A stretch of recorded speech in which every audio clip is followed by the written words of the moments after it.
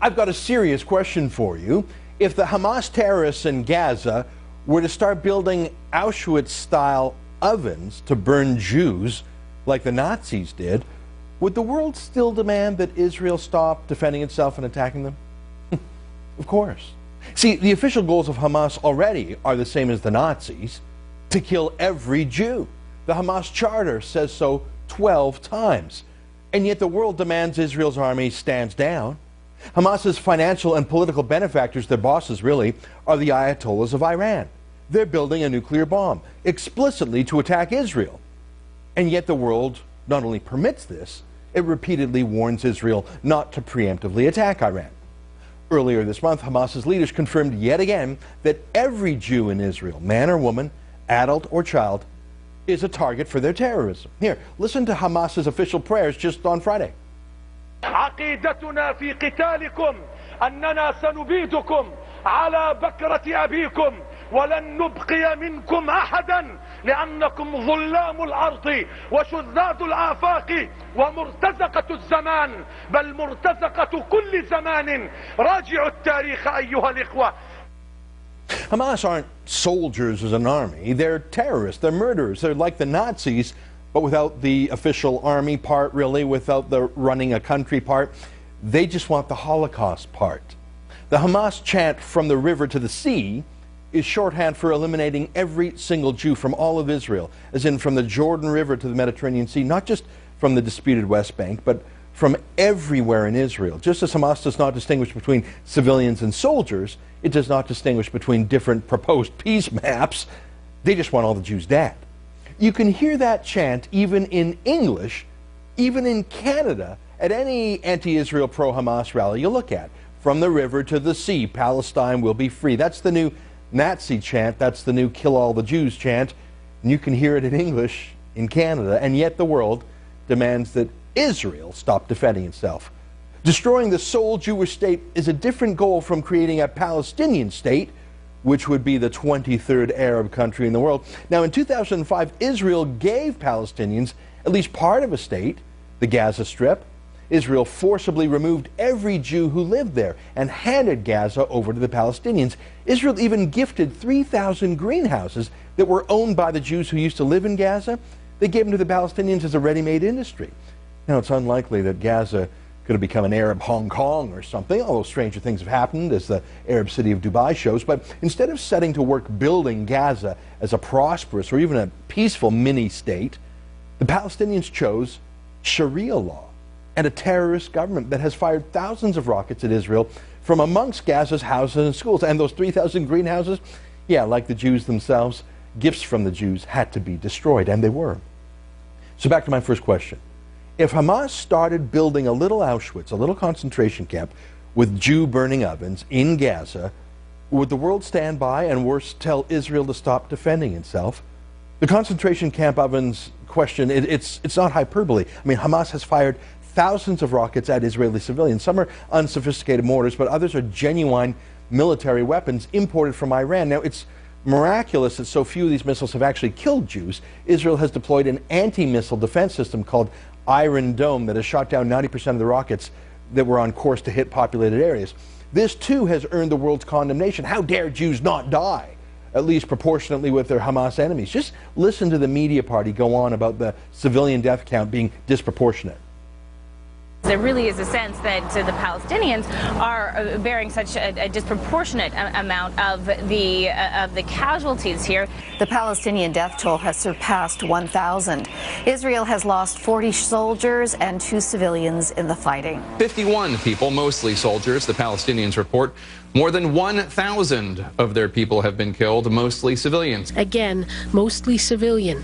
32 Israeli soldiers and 3 civilians have also been killed, raising the death toll in Gaza to more than 1,000. But is that a ratio that's defensible? A disproportionate death toll in that conflict. 230 Palestinian deaths, 1 Israeli.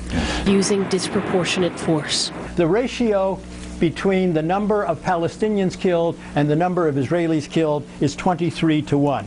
695 Palestinians, 35, not 30, Evan, Israelis. But only 3 of the Israelis were in fact civilians, and only 2 of them were Israelis. One was a Thai worker. Come on, you Jews, why don't you go to the slaughter like you're supposed to? Why don't you die like you're supposed to? Look, let's be honest, world opinion really doesn't give a damn when Arabs die. I hate to say it, they don't. I mean, this past week has been one of the deadliest weeks in the whole Syrian civil war. More than 700 Arabs killed in a week, but they were killed by other Arabs. That's about 150,000 Arabs killed in the Syrian civil war so far. Can you remember any big street protests? Thousands of people all across the world chanting for Syria to be free in our streets in Canada and streets across the West? Of course not. Not even fellow Arabs seem to give a damn when Arabs are killed, unless it's a Jew who killed them, even if it was in self-defense.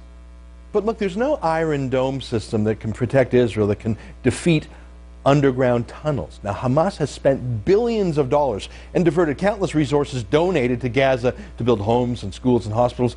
They diverted it to a network of underground attack tunnels to Israel. These are not little tunnels dug with a shovel. They are massive underground engineering projects, some 70 feet underground, made with steel-reinforced concrete, going hundreds of feet past the Gaza-Israel border underground towards Israeli towns. Their purpose is obvious: to provide secret entrances through which terrorists can emerge, slaughter Jews, kidnap more, and then steal them away in those same tunnels to be kept as hostages back in Gaza. Only through the ground invasion of Gaza did Israel discover these tunnels and terrifying paraphernalia in them, including counterfeit Israeli military uniforms, handcuffs, tranquilizers. Captured Hamas terrorists confirmed the purpose: sneak attacks on Israeli towns, timed for this fall. These tunnels were revealed before Barack Obama demanded Israel ceasefire against Hamas. So I ask you the question again: if Hamas were to be caught building an Auschwitz, would the world still tell Israel to go quietly to the slaughter? And the answer again is, of course. Now, after the Holocaust, Western liberals came up with a slogan: never again. They swore that they would never again allow a second Holocaust. Well, it's been less than 70 years, and a second one is being promised and planned, and the new Nazis are trying to execute that plan. It is a second Holocaust, but is it possible? I mean, could it really happen? Well, it's even more possible than the first, because the first one was unimaginable. Now that the first Holocaust has happened, we can imagine it, and millions of these new Nazis can imagine it, and they dream about it, and they support it happening. And this time, it wouldn't take 6 years to do as Hitler took. It could take 6 seconds with an Iranian nuke. And the Nazis aren't just concentrated in one country, as they were in Germany in the 30s and 40s. The Nazis are even here across the West, and even here in Canada. I mean, Paris, France is burning as tens of thousands of these new Nazis, Muslim extremists from North Africa mainly, riot in the streets, harass individual Jews, and try to storm synagogues. And here in Canada too. Here's a very pretty young girl who works for the Hydro Company in Ontario, saying on Facebook that Hitler should have finished the job. She's so pretty, isn't she? She'd be for sure a poster girl for the Hitler Youth if this were Germany in the 1940s. She actually sent it directly to a Jew, although it's since spread widely. She's apparently trying to deny it now. And this guy, working for the Toronto Transit Commission, look.